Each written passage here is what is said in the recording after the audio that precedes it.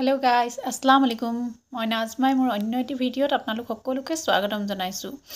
আৰু ৰমজান মাহৰ কাৰণে মই ইমান ভালকে ৰেগুলাৰলি ভিডিঅ' দিব পৰা নাই কিন্তু তাৰ পাছত মই চেষ্টা কৰিম সদায় ভিডিঅ' দিবলৈ চাই থাকিব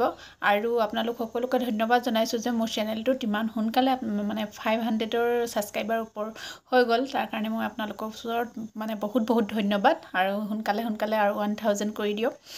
আৰু আজিৰ ভিডিঅ'টো লৈ আহিছো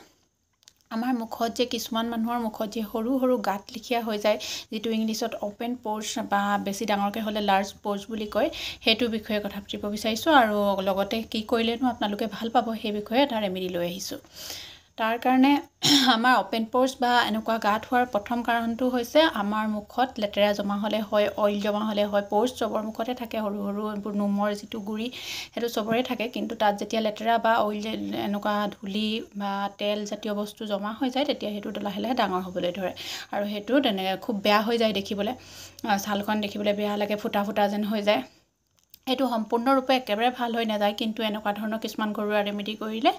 এপিৰিয়েন্সটো ভাল হয় মানে আগতকৈ ভাল দেখে আৰু হেতু তাৰ কাৰণে আপোনালোকে প্ৰথম কৰিব লাগিব ধনিয়া গোটা ধনিয়া যেটো ধনিয়া আপোনালোকে পানীখিনি তিয়াই থৈ দিব ৰাতি এগিলাস পানীত তিয়াই থৈ দিব আৰু পিছদিনা ৰাতিপুৱা সেই পানীখিনি সাকি আপোনালোকে খালি পেটত খাই দিব হেতুৱে ভিতৰৰ পৰা আপোনালোকৰ এই পোৰ্সবিলাক মানে লাহে লাহে সমান কৰি আনিব আৰু বহুত সহায় কৰিব হেতু কৰিব 2 নম্বৰতে আপোনালোকে পিঠাগুৰি যেটো ৰাইস ফ্লোৰ পিঠাগুৰি অকমান দি পানী তাতে 2 চামুচ মান দি তাতে পানী অকমান দি একদম পাতলকে লেপ এটা বনাই খুবকে মানে স্ক্ৰাব কৰিব হেতু কিন্তু ডেইলি কৰিব ডেইলি পিঠাগুৰি দি স্ক্ৰাব কৰিব লাগে এই পোৰ্সবিলাক লাহে লাহে ভাল হ'বলৈ ধৰিব আৰু এটা বেস্ট ৰেমেডি মই লৈ আহিছো হেতু হৈছে আপোনালোকক মই এতিয়া কৰি দেখুৱাম তাৰ কাৰণে তিনটা বস্তু লাগিব যেটো জিহৰ কাৰণে মই লৈছো এটা খালি পাত্ৰ আৰু এখন চামুচ তাতে মই দিম এক চামুচ পুৰা মুলতানি মাটি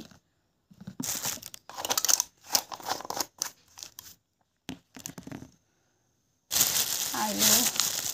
তাৰ ওপৰত দিম আধা চামুচ বেসন মানে মুলতানি মিটিটো যিমান হ'ব তাৰ আধাটো বেসন দিব লাগিব আৰু তাৰ ওপৰত দিম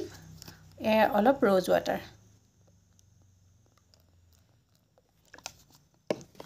তিনটা বস্তু ভালদৰে মিলাই ল'ব আপোনালোকে জানে যে মুলতানি মিটি আমাৰ যিবিলাক অইল জমা হয় হেবিলাক সাফা কৰিব মুখৰ ৰংটো সাফা কৰে মুলতানি মাটিয়ে আৰু বেসনেও ৰং উজ্জ্বল ৰঙৰ মানে মুখৰ উজ্জ্বলতা আনে বা গোটেই দেহৰে উজ্জ্বলতা আনে আৰু আমাৰ পোৰ্স বিলাক টাইট কৰে স্কিনখন টাইট কৰে আৰু সেই দুটা বস্তু যেতিয়া একেলগ হৈ কাম কৰিব বহুত ভাল ৰিজাল্ট দিব আৰু এই পেকটো আপোনালোকে সপ্তাহত দুদিনকৈ ইউজ কৰিব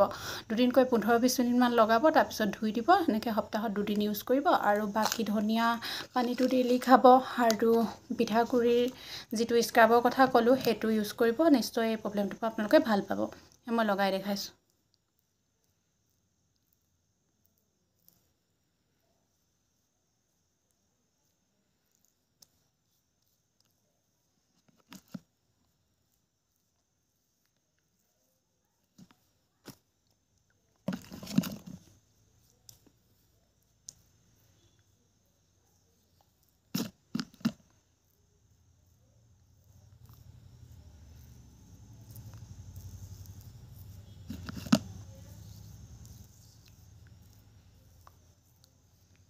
মই লগাই ললো এতিয়া 15-20 মিনিটৰ পাছত মই